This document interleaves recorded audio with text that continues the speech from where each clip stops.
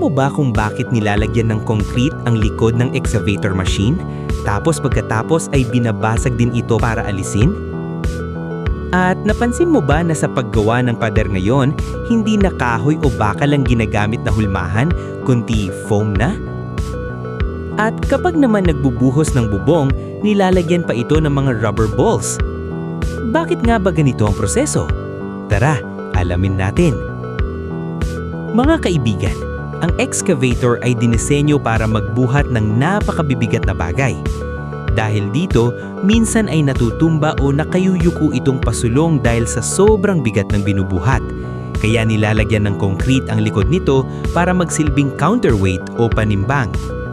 Pinipigilan nito ang makina na tumagilid o tumumba habang nagtatrabaho. Pagdating naman sa paggawa ng pader, imbes na bakal o kahoy, foam panels na ang ginagamit. Mas mura na, mas magaan pa, at matibay din. Kapag nilagyan ito ng concrete sa loob, mas tumitibay ang istruktura at nababawasan ang posibilidad na mag-crack o magkabitak. At tungkol naman sa bubong, nilalagyan ito ng rubber balls para mabawasan ang dami ng concrete na gagamitin.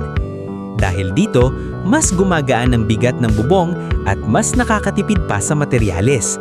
Praktikal na, matibay pa. Galing, 'di ba? Mga simpleng teknik pero napaka-epektibo sa construction industry.